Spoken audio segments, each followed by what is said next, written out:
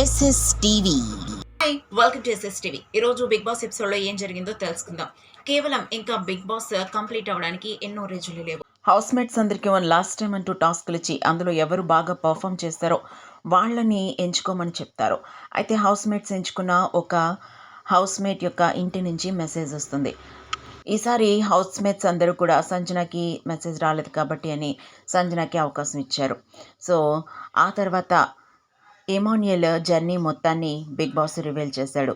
అంతటినీ చూసేసరికి ఇమాన్యుయల్ చాలా భావోద్వేగంతో ఏడవడం స్టార్ట్ చేశాడు.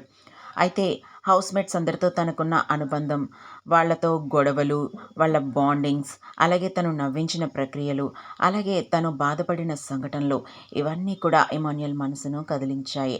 కమెడియన్గా హౌస్లోకి ఇంటికి ఎంట్రీ ఇచ్చిన నువ్వు హీరోగా బయటకు రావాలని వాళ్ళమ్మ మాట బిగ్ బాస్ మళ్ళీ గుర్తు చేసేసరికి చాలా భావోద్వేగంతో ఏడ్చాడు.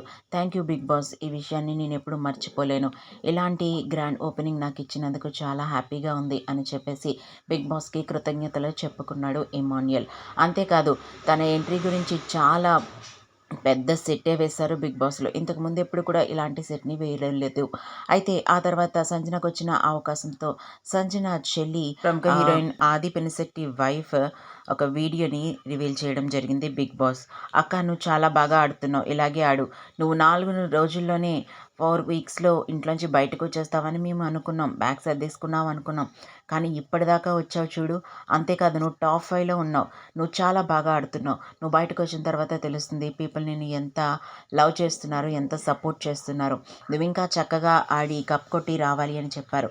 అలాగే ఇమాన్యుయల్, మా అక్క మనసులో ఏమీ ఉండదు, తను చాలా మంచిది, మీ ఇద్దరు బాండింగ్ చాలా బాగుంది, మా అక్కని తప్పుగా అర్థం చేసుకోకండి, మీరు మా అక్కని బాగా చూసుకోండి అని చెప్పేసి అనడంతో ఇమాన్యుయల్ చాలా హ్యాపీగా ఫీల్ అయ్యి సంజనని నుదుటి మీద కిస్ చేశాడు. అలాగే మీ అందరికీ కూడా ఆల్ ది బెస్ట్ అని చెప్పేసి అనగానే సంజనకి ఒక మంచి బూస్టప్ వచ్చినట్టయింది. వాళ్ళకి ఇచ్చే మెసేజ్లు అందుతాయని కూడా బిగ్ బాస్ ఇప్పటికే చెప్పడం జరిగింది. Once more again colour task అలాగే డే ట్రూత్ గేమ్స్ని బిగ్ బాస్ వీళ్ళతో ఆడించాడు. ఆ తర్వాత ఇప్పుడు అంతా ఎన్నో రోజుల్లో లేదు కాబట్టి బిగ్ బాస్ ఎవరు గెలుస్తారనే దానిపై సోషల్ మీడియాలో పెద్ద రచ్చ జరుగుతుంది. కళ్యాణ్కి ఫ్యాన్స్ బాగానే ఉన్నారు. అలాగే తనుజ ఓటింగ్లో దూసుకుపోతుంది.